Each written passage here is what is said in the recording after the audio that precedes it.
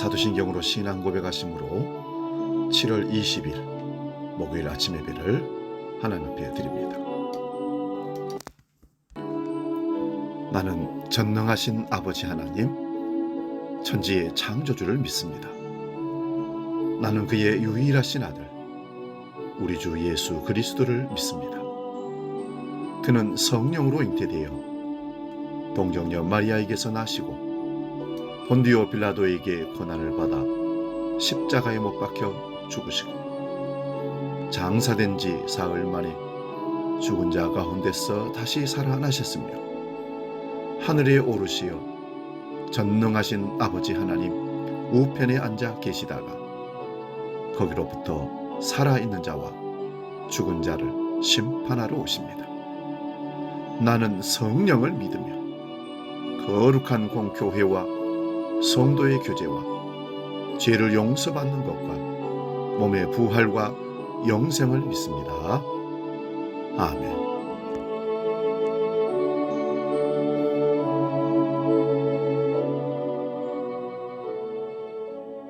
찬송가 524장 갈 길을 밝히 보이시니 함께 찬송합니다.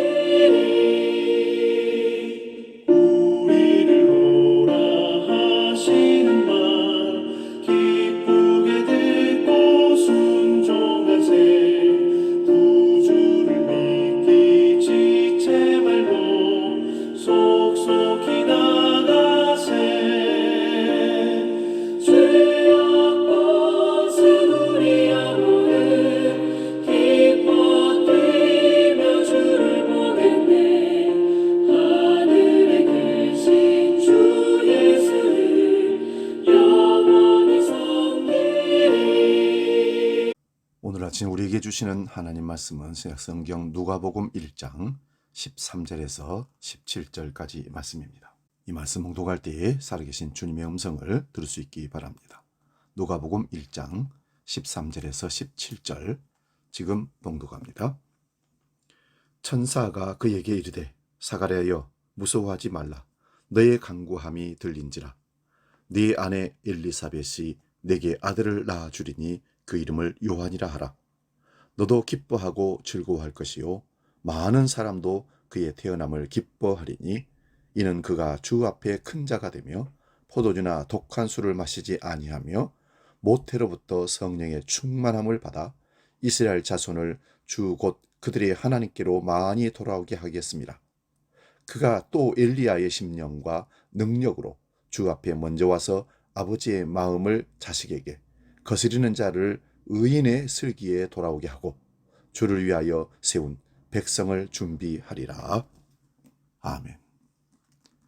오늘 봉독한 말씀으로 길을 닦는 사람, 이런 제목으로 이 아침에 피차 은혜를 나눕니다.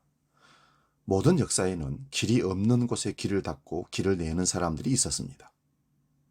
그들의 수고와 헌신으로 후세대는 혜택을 누리고 그 길을 걷는 것입니다. 험악한 산에서도 길이 있다면 그 길을 따라가면 목적지를 갈 수가 있습니다. 정글에서도 길이 있다면 길을 잃어버릴 염려가 없기에 목적지까지 갈 수가 있습니다. 이처럼 처음 길을 닦고 여는 사람은 말 그대로 희생과 순교의 정신으로 그 일을 감당하는 것입니다. 우리가 그 길을 걷는다는 것은 그래서 축복입니다. 그래서 감사해야 하는 것입니다. 천국 가는 길을 닦고 여신 주님으로 우리는 천국 가는 길을 그 은혜를 누리며 지금 가고 있습니다. 얼마나 감격스럽고 감사할 일입니까? 오늘 본문을 쓴 느가는 두 명의 기적적인 탄생 이야기로부터 시작합니다. 세례 요한의 탄생과 예수님의 탄생은 서로 얽혀 있습니다. 요한의 아버지 사가랴는 제사장으로 하나님 앞에 의인이요 말씀을 따라 흠없는 삶을 살았다고 성경은 기록하고 있습니다. 자식이 없고 나이가 많이 들었지만 13절에 보니까 너의 간구함이 들린지라 말씀과 함께 요한의 출생을 약속받았습니다. 그리고 가브리엘 천사가 요셉과 정혼한 마리아에게 성령으로 잉태할 아이에 대해 설명해 줬을 때 마리아는 주의 여종이오니 말씀대로 내게 이루어지이다라고 순종하였습니다. 누가가 복음의 시초인 세례 요한의 탄생에 주목하는 이유는 그가 예수님의 길을 닦는 자였기 때문입니다. 세례 요한은 어떤 사람인가요? 그는 태어날 때 많은 사람에게 기쁨을 주었습니다. 요한은 여호와는 은혜로우시다라는 의미로 경건한 부모에게 내린 하나님의 축복이었습니다. 또 주 앞에서 큰 자였다고 합니다. 요한은 이스라엘 자손을 그들이 하나님께로 많이 돌아오게 할 자였다고 합니다. 그리고 요한은 모태로부터 성령 충만한 사람이었습니다. 나시린이 된 그는 구별되게 살며 성령 충만한 삶을 살았습니다. 또한 엘리야의 심령과 능력으로 사역을 했다고 합니다. 말라기 선지자는 엘리야가 먼저 와서 아버지의 마음을 자녀에게, 자녀의 마음을 아버지께로 돌리게 할 것이라고 예언했습니다. 그는 광야에서 외치는 소리이기도 합니다. 제사장 가문에서 태어나 교육도 많이 받고 성전에서 봉사할 수 있었지만 광야에서 원색적이면서도 본질적인 메시지를 외쳤습니다. 회개와 심판의 메시지를 전한 것입니다. 세례 요한은 이처럼 길을 닦는 사역을 감당했습니다. 예수님이 우리에게 오는 길을 예비했고 우리가 예수님께로 가는 길을 예비했습니다. 이 길로 참된 위로가 임하고 참 자유와 죄사함, 구원의 은혜가 임했기 때문입니다. 세례 요한의 사역은 여기서 그치지 않았습니다. 예수님의 길을 예비했을 뿐만 아니라 그분이 등장했을 때 멋지게 무대에서 내려왔습니다. 인생이 자기가 내려와야 떠나야 할 때를 안다는 것은 얼마나 아름다운 일인지 모릅니다. 그러나 개중에는 그 자리를 연연하기 위해서 추하고 추태를 부리는 눈살 찌푸리게 하는 일들이 얼마나 많은지 모릅니다. 교회 안에서 말입니다. 예수님의 공생의 사역이 시작되자 요한을 향했던 세상의 관심이 예수님께로 돌아갔습니다. 그러나 그는 비교하거나 질투하지 않았습니다. 당연한 일로 생각했던 것입니다. 이는 세례 요한이 소명의식을 가졌기 때문입니다. 그는 쫓기는 삶이 아니라 부름받은 삶을 살았습니다. 또한 분명한 자기 정체성을 가지고 있었습니다. 많은 사람의 칭송과 추종에도 불구하고 자신은 메시아가 아님을 천명했습니다. 여기에 청지기의식도 가지고 있었습니다. 자신에게 주어진 모든 것을 주의 뜻대로 사용할 줄 알았고 때가 됐을 때 되돌려 드렸습니다. 마지막으로 목적의식이 분명했습니다. 그는 신랑의 들러리로서 신랑을 소개하고 빠져나갔습니다. 많은 사람이 예수님을 따르는 것이 그의 보상이요 기쁨이었습니다. 이러한 요한을 두고 예수님께서는 선지자보다 나은 자, 여자가 낳은 자 중에 세례 요한보다 큰 자가 없다라고 세례 요한을 칭찬하셨습니다. 사랑하는 여러분, 우리도 부름받은 하나님의 종으로 그리스도인으로 세례 요한처럼 예수님의 길을 닦는, 다른 사람들에게 예수님을 찾을 수 있도록 길을 만들고 다지고 그들을 인도할 수 있는 길을 닦는 사람, 우리 사명을 감당할 수 있기를 주의 이름으로 축원드립니다. 기도하겠습니다. 거룩하신 아버지 하나님, 인생 살다 보면 잘 닦인 길을 갈 때 얼마나 감사한지요. 처음 그 길을 갔던 개척자들은 얼마나 힘들고 외롭고 고달팠을까요? 그러나 그 길을 마침내 내어주어서 후대들이 편안하게 그 길을 갈 수 있었습니다.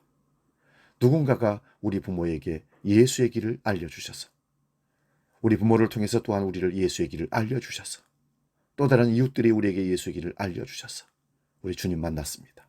그렇다면 아직 길을 몰라서 헤매고 있는 저 세상 사람들에게, 이웃들에게, 가족들에게 예수의 길을 닦아 그들이 예수께로 올 수 있는 길을, 모든 장애를 제거하고 편하게 찾아올 수 있도록 길을 닦는 하나님의 사람들, 세례 요한 같은 사역을 감당하는 사람들 되게 하여 주시옵소서. 우리에게 그 소명의식을 주시고 사명의식을 주시고 정체성을 허락하여 주셔서 목적의식을 갖고 그 길을 가는, 그 길을 닦는 믿음의 사람들 되게 하여 주시옵소서. 주기도로 함께 기도합니다.